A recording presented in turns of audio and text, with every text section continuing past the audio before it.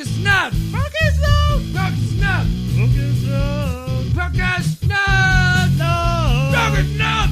Oh, Broke.as.node. Broke.as.node. Yeah. Broke.as.node. Broke.as.node, episode 5. Tony's back. Well, same night, so you're still here. What's going on, guys? It's good to see you. Good to have you. Good to see you too, Lucas. Ooh, we got sexy fast. We're bringing sexy back. Maybe that'll be the name of the episode. We are.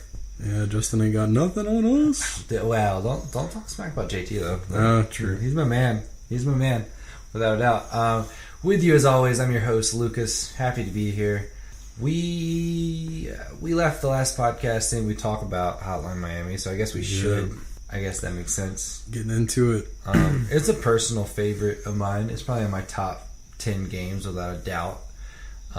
Really enjoyed it. I never beat it though. I'd always get to around like chapter 12 and just it got too hard and then I'd give up for whatever reason. But so fun, so hyper violent. I mean, it was your first time playing, right? Yeah, it's my first time experiencing that kind of aesthetic in a game, that top-down gameplay, and just the thoughtfulness of the level design really shone through on that game, as well as just the soundtrack behind it was just absolutely on point for the aesthetic they were trying to pull off. Absolutely. And it just like shades of that 1980s,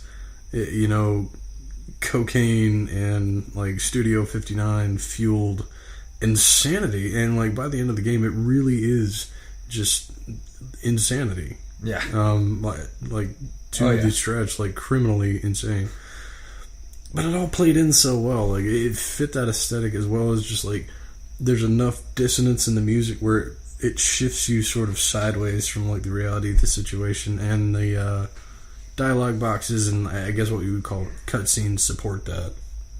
Yeah. It's like talking to characters in the cutscenes that you've killed in like the previous mission, like they come back and like they still looked like as you left them with like bloodied heads and like eyes missing. Yeah, it's for 16 bits. It's graphic as shit. It is. You can kill people in so many different ways. I know. Split their head open. I love the PS4 because I played it on PS3 originally. PS4 was really fun because when you knock someone out with like a door and they're lying on the ground, when you go to hit them with X or whatever, you can actually, if you want, you can actually take the controller and move it up and down to bash their head in. Or like really just like dig your hands in there for the choke, which is I don't know, it's just like Sam was saying, just like that immersion into it kind of gets you into that don't care mindset of just like hyper violence for its own sake. She says I get mad for the next 2 hours. Not mad, just like anxious and like just driven toward everything. Just like it makes you look for not for violence, but just like opportunities to be a little bit more like bombastic and aggressive. Yeah, just like over the top with it, which is a hallmark of the 1980s. So like, hey, absolutely, there you go. It's such an immersive game, I think, all around. I mean, everything works so well. Like you said, the soundtrack, the gameplay, it all just works so well together. It was just like a vision that someone just really saw through to the very end. Even the idea of like getting the different masks and having the different abilities, like even that just works so well with that game and the way it's themed. Like just the masks alone, and then when you add the abilities, it's just even further. It's just such. It's a bit. I mean, like it's like Journey is similar. Like it's this whole vision of a game. Yeah. They're similar in that. That's the only thing really. They're similar just like the visual aesthetic. But really pulled off. The aesthetic and just the way everything balances each other. Just like every enemy in the game is in a white 3-piece suit with a pastel shirt underneath it. It's just like besides the coke fiends. Oh, I don't know if that's an appropriate term since they're black. Well, like they are black now. It's just like the floor bosses for every criminal enterprise happens to be this massive burly black man where you cannot use melee attacks on this person purely because they are such a large human being. You have to use a percussive firearm, namely a shotgun. And later on in the game, when you hit the police station, you know, they do switch up race, I guess, for reasons of let's not have a protest for this game for anything aside from the, you know, gratuitous violence. That might have been not the greatest choice. Yeah, but they switch it up in the police department to like the big fat white police commissioner, like the stereotypical in every cop drama is just like, I'm gonna get your badge for this one, you crazy kids, like like that big dude. And well, because I never got to the police station. You got way farther than me, and you beat it. You beat it today. All the way helped through, you a little, not really much. We tag team on some of the later levels. Give yourself some credit, man.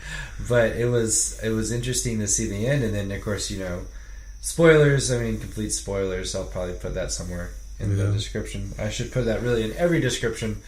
At the end, you become the other guy one of the first bosses. You kill him, and you become him at the end, and you rewrite history. Then you kill who you were. Yeah, so there's this really interesting false ending in the middle of it. Your original character that you go through and play as, how it ends is basically you kill everybody. You go through, reach the head of this Russian crime syndicate that you happen to be I guess attacking or trying to wipe out on orders of some other higher power that you get missions on your answering machine from, and you literally go through to the Don, the top boss, like the Tsar in the Russian crime syndicate. You take him out, and it flashes back to what was a boss battle previously to this, I guess, also assassin.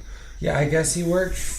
He was also getting... No, he was also getting the calls. Yeah, like, so from the same company, and he decided he wanted to know a little bit more, so he went into the place that was distributing the phone calls, like some front for the, I guess, the temp agency for murder that he was working for, and, like, he goes into the mainframe, and he's one of your first boss battles, and he is a tough guy to beat. This massive, I would assume he's at least like freaking 7 foot tall, like 300 pounds, arms as thick as most people's torsos, and he carries around a number of meat cleavers. Like we're not talking like Faberware from Target, like you're like straight out Dexter Russell, big, thick, like knock apart some sides of beef meat cleavers. Like dude knows his stuff. You go back after the first false ending, play as this motorcycle bandit, and eventually you work your way back to that boss battle that you originally had as the other character, and like Lucas said, you could rewrite history by beating your old character. And that's what you have to do to completely beat the game, in fact, because it's like they act like the game's ended, and then like stuff happens, and they're like, no, rewind, and then you start playing as this guy, and then you get to that battle, and then you win. And then he finds out that the whole time the people making the calls were the janitors. Just the freaking janitors. Yeah. On certain levels. And he even asked him, he's like, why? And he's like, we were bored. So I got the theory that they were coked out. You know? I think everyone in the game was like on acid and coke. Like, it was like Miami in the 1980s. Right. It was like they're all tripping. And then clearly there's more than just coke. Like there's some acid influence to the game, the way it is. Yeah. You know? There's like a lot of weighties that, you know. So it's like the idea, like, just a complete... It's also could be seen as a metaphor for just a complete, like, completely changing your personality to, like, hyper-violence, I guess. And it makes you kind of do that, I guess, like you said. And it's just a little bit of that aesthetic from, like, Miami, the town itself. Not that, like, everybody's going to go on a murderous rampage, but, like, that necessity of, you know, looking sharp all the time. Like, these guys are walking around with, like, lead pipes and shotguns and... you know, knives ready for like anything, blood's going to be shed, and they're walking around in a 3-piece suit. You know, you're in and out of discos, like it just party atmosphere. Everything is like to the wall all the time, up all times of night. And you know, to a certain extent, not even nowadays, Miami is that way. It's just a really what I hear. Well, yeah, I mean, like when I went there, it was just fantastic. When were you there? I had to go for work about 1.5 years, 2 years ago. Ah, no. Yeah. It's just, I think saying that culture fosters that kind of behavior is far and away not the truth. But just that machismo, that really, forward way of thinking, like everything is a party, everything is up 24/7, and like you work hard, you play hard, you fight hard, and apparently in Hotline Miami back in the 1980s, when you're coked out, you kill hard too. You kill hard. You kill really hard. You never see, I guess, any of the protagonists doing coke, but I mean, it can be assumed. I don't know, just between your events, like. And I've always, how'd you take the scenes like where you go off and you're talking to like the chicken, or you're talking to the dog, the guys in the mask? Mm-hmm. I don't think those were even the callers. I think that was actually in the guy's head. Yeah, so that's kind of how I interpret it when you go back and like become the motorcycle dude.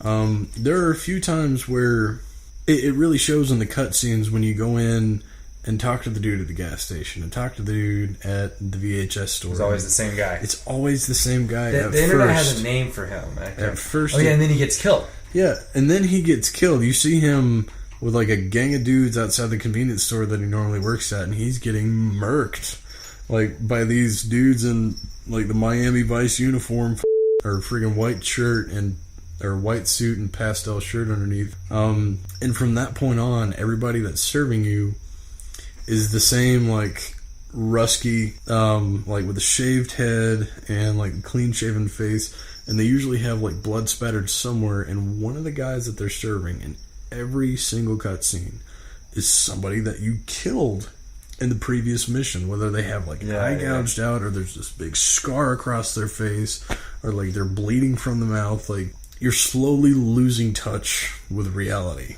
and the cutscenes literally tell you so. Like, before the long hair like red hippie gets killed, he literally says none of this is real. It is all in your head. None of it's real. So very possibly, like, that first boss battle that you encounter the motorcycle dude, you could have just died and you would have not known any better. Right. So just, you're kind of just, maybe the alternate history we see as the real history. Yeah. And after that, it's you dying and hallucinating. Yeah. Well, like, there's later on in the game, when you're the original protagonist, you wake up in the hospital and you have to escape under police, I guess, supervision, and they're wanting to question another suspect. You escape from the hospital while having to like deal with these control, I guess, malfunctions or difficulties, because you just recently woke up from a coma. Motion, like too much at once, will make you dizzy and fall over. What I think happened is it's not as the cutscene suggests. It's motorcycle dude beat you up, like you almost died. The police picked up your corpse off the floor and they revived you, and they're looking to question you about that event, but you've like hallucinated all of this stuff that happened directly after that boss battle. So there are a lot of ways to interpret that game. With this game, like, nothing's wrong. Like, it could be true. Like, just the way it is. It's like, there's so many ways to interpret it. Yeah, they left so many plot holes in there, and I think that's purposeful. Yeah. Well, there's a Hotline Miami too, and I don't know. I have no idea what it's about. Next time on Broke.as.node. Absolutely. I've been wanting to play it, so I might now that I wanted to beat it, but I watched the ending, so I was like, I don't know. I've seen the ending. I might just read about it and then play the second one. Ooh, can't spoil that one yet. No. So we'll see how it goes. But that's Hotline Miami in a nutshell, Hotline Miami, folks. yeah. Now we can just talk. Freeform it, dude. Improvisational jazz. We were thinking about talking about us, not us, but our generation. Talking about our generation. Hey, dude, I used to be a huge Who fan. I think everybody was at one point. Not my girlfriend. She's never listened to any classic rock. It's so sad. No, I'm it sorry. Really is. Her dad sad. got her to listen to the Eagles. I mean, Joe Walsh is cool and all, but he's not really changing anybody's mind. Well, here's the thing about the Eagles. Joe Walsh was the best thing that ever happened to the Eagles. Mm-hmm. The Eagles were the worst thing to ever happen to Joe Walsh. Yeah, pretty much. Joe Walsh does cool stuff, man. Like, well, even that song that he has, Life's Been Good to Me So Far, I'm pretty sure he's just talking about his career in the Eagles and like how meaningless it all is to him. It made him money, but that was it. It's a money-making machine. Like, that was it. It didn't progress music. It didn't change anything. It just made him a lot of money. Mm-hmm. It didn't change him as a musician. I don't know. I don't know enough about the Eagles or Joe Walsh to really talk that much about them. No, dude, yeah. I couldn't. I had this friend back say in high that school much. named John Prabhu, and if he somehow manages to listen to this, I'm sure he's going to be cringing awfully because Friends is a stretch of the imagination. We just hung out with the same people. Best buds. Well, like, I guess he thought he was better than me, and in a lot of respects, he really was. You know, just more disciplined, cared more about what he was doing. In the musical taste, I got him. Got him. Yeah. All he would listen to was the Eagles. Really? Nothing but the Eagles, and it had to have Joe Walsh in it. I'll give him that.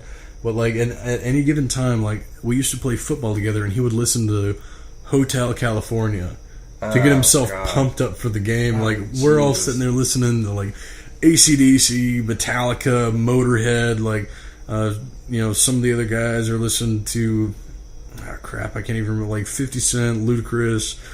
Just trying to get their heads right to be that aggressive. I never did football with a band, so you kind of wanted to get pumped up. Not maybe in the same respect, but I was the Sex Pistols was my good. Yeah, or like some good like British. I listened to a lot of punk rock in high school. Yeah, dude. Like the Eagles aren't exactly your go-to. Like let's get ready for this. That wouldn't be on my list. Yeah, like that wouldn't be on my list. Yeah, I liked him okay. I mean, Hotel California is a decent song. It's overplayed. Well, that's the thing, man. Like, the Eagles, they're not the best band you're ever going to hear, but they're the okayest band most consistently. Certainly. None of their songs are going to offend anyone. Right, and none of their songs are like shit. Like, I wouldn't say that. They're all just pretty good. It's good. It's good. Like, that's a reach. Some people are going to hate me here. Like the Black Keys. Yeah. I feel like people are going to hate me for saying that. When the Keys came out onto the scene, though, man, like, nobody else was really doing that. Or, like, nobody that hit, like, poppy mainstream. Because it's been done so much, though. Like, there's Nowadays. nothing the Keys... Right, but, like, there's nothing the Keys have done that wasn't done it's in the not 60s original. or 70s. No, well, yeah, exactly. They weren't progressing music at all. It's cool to hear it come back, sure, but like they weren't. I don't know. I loved them when they first hit the scene. I loved them, and it got old. Just that I Gotta Love That Keeps Me Waiting. Like when that song hit the scene, that was fantastic because like you had all like this 2000s early like rap, all the pop was just manufactured. It's like that song, oh god, there's this dude who is a music producer who literally wrote a song and explains like how every club banger or like really large pop hit is made using the same production effects, using the same beats, using the same changes, using the same like kind of words. It all works. Yeah, it works. That's like, it's formulaic. It's a new formula today, but there's always been a formula, and it's like people who don't subscribe to that formula, like that. But the Black Keys were awesome because they went against that. But at the end of the day, they were still formulaic. They were still formula. And I think the best bands aren't. I think the best bands they just change it up so much. Like again, I was earlier today. Like I said, I was raised on Led Zeppelin. Yeah.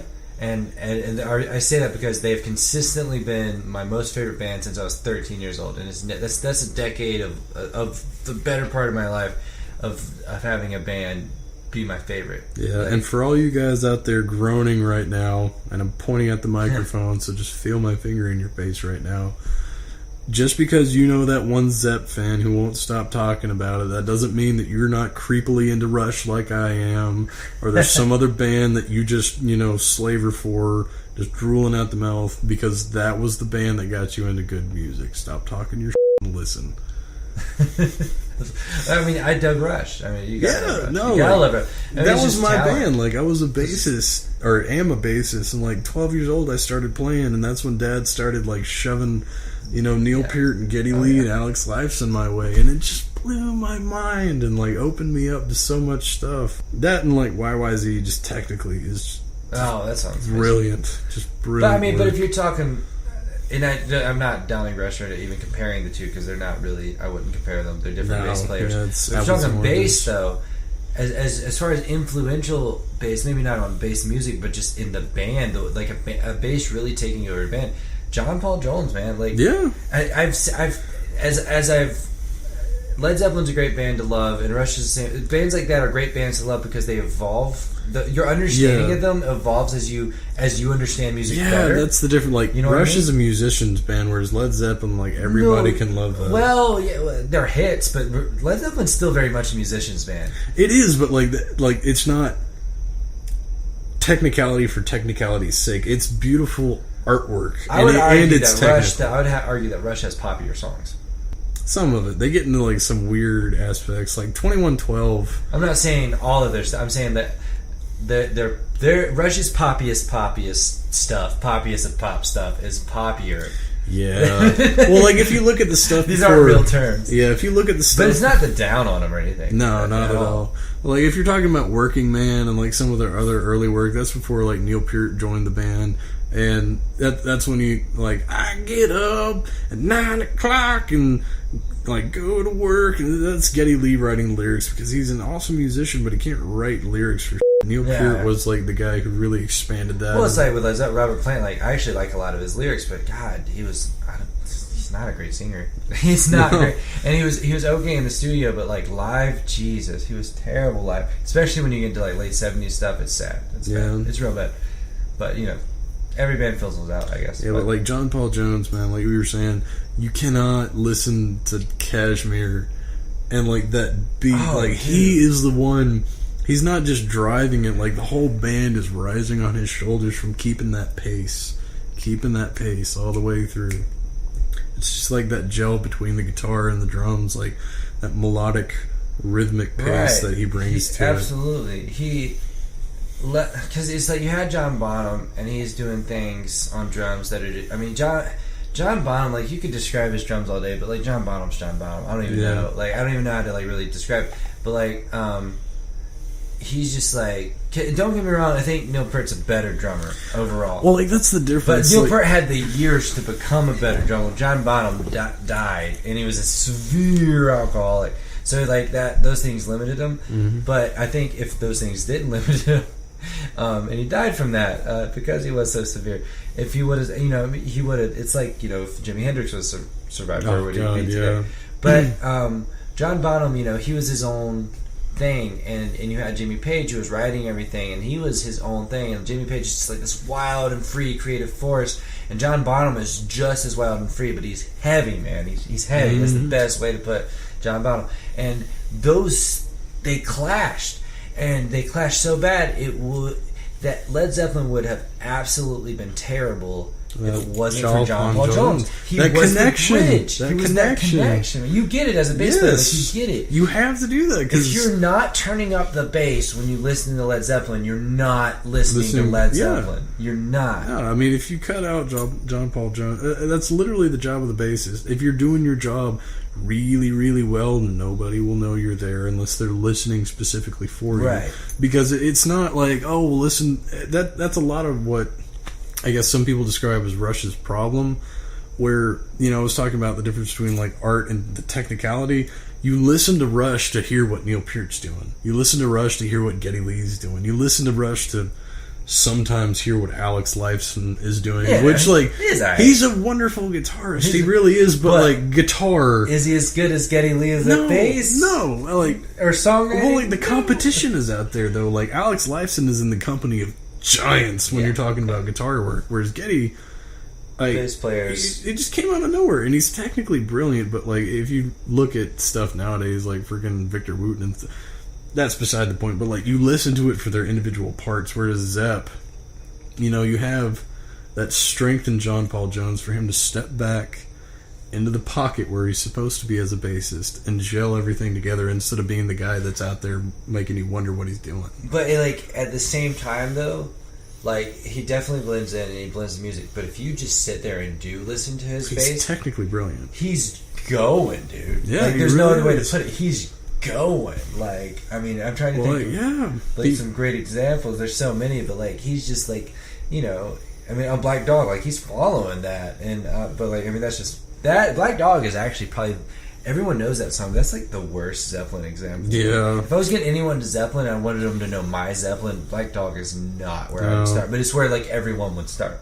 Yeah, And that it's just sucks. unfortunate. But that's the way it is with a lot of bands. Oh so. yeah, dude. Like if you But listen then, to like, song remains the same. Think of like he is going that whole song, just Yeah. boom, and you know, like he's just. that's the thing about bass in general, man. Like if you have a really strong-willed guitarist and a really strong-willed drummer, you know, the pace is going to be there, but it's just like, you know, dogs without horses just running free. So you have to find a way to like rein them into your beat, Right.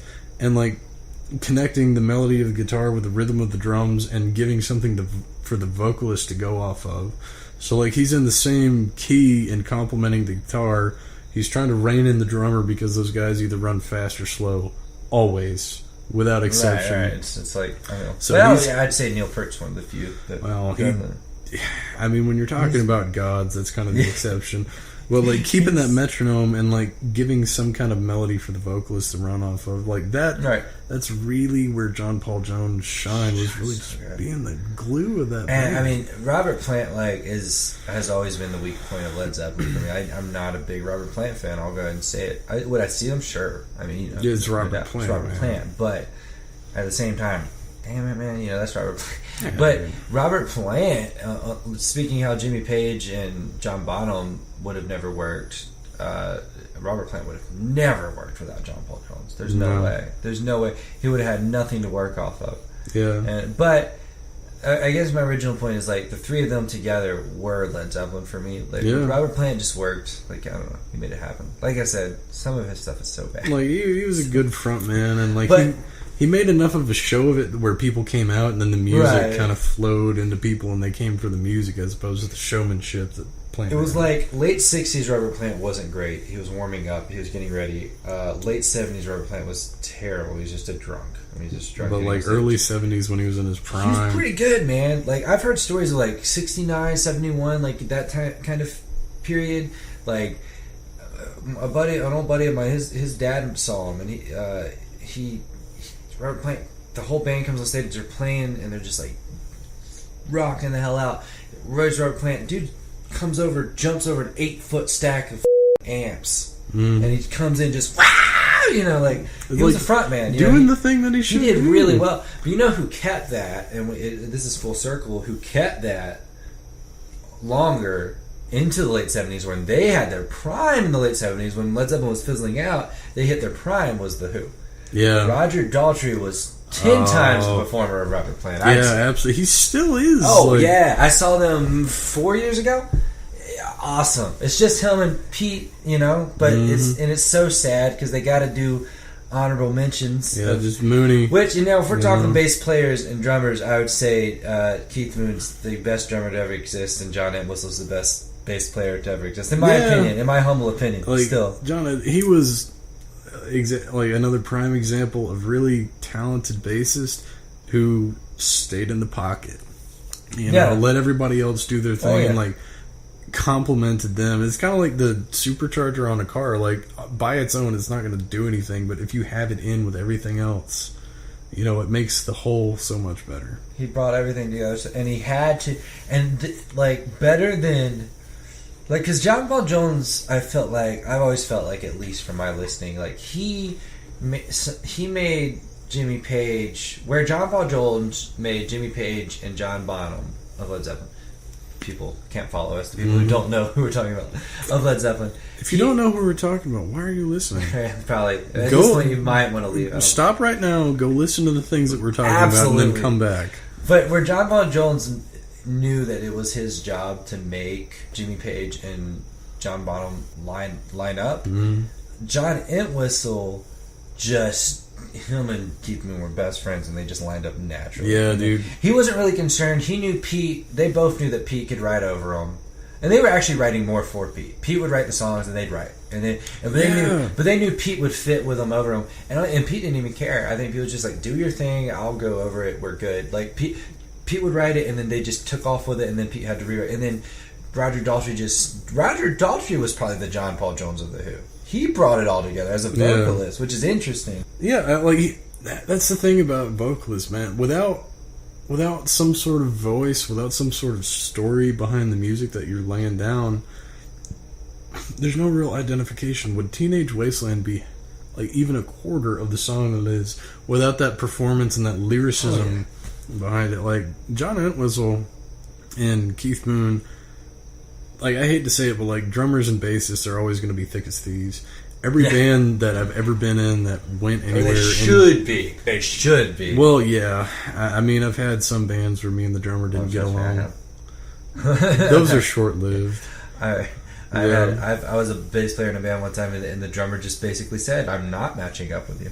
He's like, "If you do something, I'm going to do something different." And I was like, "Why would you do that?" Well, that's when you wait for them to turn around and hit them with the back of your fender. Like, there's just a guy who didn't understand music, and he was a decent drummer. He didn't understand music. Well, I mean, he didn't like me, also on a personal level. So there was a bunch of problems. No, one, screw that guy, but two, like, as a bassist, like, you really have to deal with that. You know, all these conflicting personalities. Like, when you're in a creative environment like that, you're going to get clashes. Oh, yeah. And, you know, that's part of why, like, being such a big dude, you know, automatically if something like that happens, I'm the dad of the group. And, like, pulling people apart. Like, my buddy... Stop. Yeah, when I was in Conquering the Tide, me and my buddy Zach, we had this awful experience with this dude named Joseph. Well, his last name isn't important. Joe. He lived in Atlanta. Was really well off. The kind of guy who would take photo shoots for the band before we'd even had our first practice, and I'm not making that up. Oh, wow. Everybody else was super into the concept, thought everything was going to be nice and peachy, and like the dude I'm talking about, Joey, he's playing with one of my best friends now, Harrison, who is the most technically skilled drummer I've ever seen in my life. Like, ever heard. Like, Neil, well, that's a bit of a stretch, but like he's going to be great. Like, he's still maturing. He's going to be doing wonderful things. But anyway, me and Zach showed up to the photo shoot, and you know, we just immediately started laughing this guy out of the room because, like, typical lead guitarist, which, like, I don't know where you fit in most of your bands, but like, you know exactly what I'm talking about. That I'm not the typical lead guitarist. Like, ego larger than life, oh yeah, kind of thing. We just laughed him off, and like, me and Zach probably threw together 2 or 3 different bands after we got out of that, purely because if you have a bassist and you have a drummer, you have a band. You have a band, man. You can find somebody to play guitar, and you can find somebody to freaking sing. Oh yeah, well, those are the things that are hard to find. Yeah, man. And if you're good at it, I mean, you're already way ahead of the. Yeah, I mean, Zach's still a set musician. Like, he's another one of those. Like, his dad is a gigging drummer. So he grew up with that, and he's got all the equipment and stuff, and he's just very talented. Yeah. Like, he's raw. I haven't heard him play in a while, so this might be slander, but when I played with him, he was still raw, but he worked, like, he fit really well with how I played. Right. You know? I like the raw. I don't like stuff to be too perfect. Oh, exactly, and like this isn't classical music, like Jesus. Yeah, and that's exactly what I want the mistakes. Absolutely, man. Like, sometimes you find new and better things out of those mistakes. Yeah. But like, just like we were talking about, that's kind of the bassist job, is to have that raw, like, crazy, just energetic drummer, and like, as the bassist, that's your job to kind of like let him go play when he wants to play, and like get out there and experience and do things, and like find the musical cues to rein him back into tempo, and like let him know, like, when, you know, you're not Neil Peart. You don't get 17 minutes for a solo in the middle of the song. Like, let's keep going. Well, I mean, that's definitely what happened in The Who. Like, if you didn't have John Entwistle, some of those songs would have been a lot faster. Yeah, no, I mean, like, Keith Moon just wanted to keep going faster. Like, I'm pretty sure that's like when they started having Animal from the Muppets play drums. No, it is. He's based off of Keith Moon. He is based off? He is. Okay. It's been confirmed. He is. They based it off of Keith Moon. Keith Moon, I mean, you know, you can tell stories about Keith Moon all day. There's a story I saw in a documentary. The Who, they're heading off to the airport. Keith Moon had a tradition of throwing TVs out of the hotel room into the pool. They always asked for pool view hotel rooms. And his tradition was he'd throw the TV in the pool, and the production company would pay for it, so he didn't give a shit. And the story is, I think it was Roger telling it, if I remember correctly. He's like, yeah, you know, we're about 10 minutes from the airport, and Keith starts freaking out. We're already running late for our flight. Keith starts flipping out. We got to go back to the hotel room. We got to go back to the hotel room. So they're like, all right, whatever. Roger's like, I thought he like left some drugs or something. He's like, well, I wanted those. You know, they were all doing drugs like that. It's, you know, it's probably like 75, whatever. All right, let's go back. So they go back. They get in the hotel room. Keith rushes in, grabs the TV, throws it in the pool. He's like, we can go now. We can go now. And so they had to miss their flight, you know. So you can throw a TV. So you can throw a hotel pool. But like his music showed that. I mean, it's crazy to say, but his style showed that. Just that hyperactive tempo and like just that force behind it, and just the absolute and complete desire to just. I will never conform to you. I will always be the musician that I am. I am no one else. Which is the hallmark of like great, like that, like early or like late 60s, early 70s punk from Great Britain. Like we really owe that part of the world quite a big thanks. Oh yeah. For bringing that well, in. I mean, you know, like punk artists when punk became punk, like they all loved the Who. Oh yeah. Like the what is it? What was the CI? Who are you? Who? That song, you know, the big one. It was on CSI, Las Vegas. Oh yeah.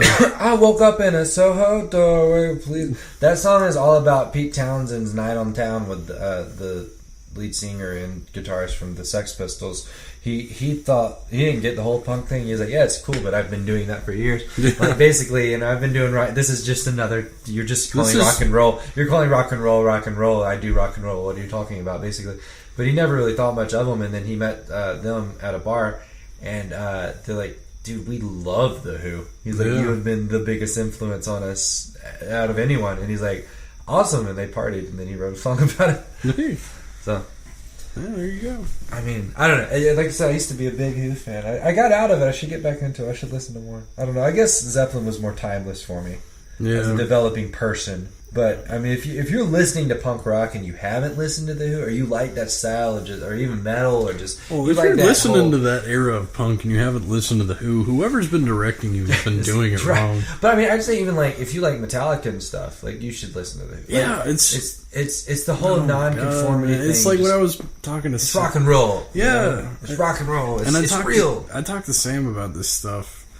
Like anytime we listen to any kind of music, she was talking about the what's her name, like Ivy Levant and like ZZ whatever. Oh yeah, like that, ZZ Ward. That Black Keys aesthetic that's like becomes so popular nowadays. That like she's like she told me like I like ZZ Ward. I'm like it's not bad. It's cool that aesthetic's coming back because there's a lot more substance and soul to it than like some of the overproduced pop, which you know that's eventually what it's going to turn into. But that's the end game. She won't listen to ZZ Top. She won't listen to BB King. She won't go back listen to T.J. Hooker. Like she doesn't know where like these musicians. Hopefully, like that's where their foundation lies is with all these old like Delta and Texas blues cats that like really brought up the art form back in the day. Like started rock, man. Like that is rock. And I think about it all the time. Like, this podcast has turned into a music podcast. I'm so cool with that. Like, I love this. I'm glad to have someone I can talk to about it. Like I mean, Jared likes a lot of good music. We talk about it, but like I don't know, like being able to. He doesn't study it really. Yeah, he plays bass. He plays sax. He plays sax too. Ooh, yeah, he's good. So like, me and Jared can talk about it. That's like he's the only one really. Like, but expanding the circle. But like that whole idea of like being true to yourself and like I said, the true rock star is like I'm gonna play what I want to play. Like they don't conform to anything.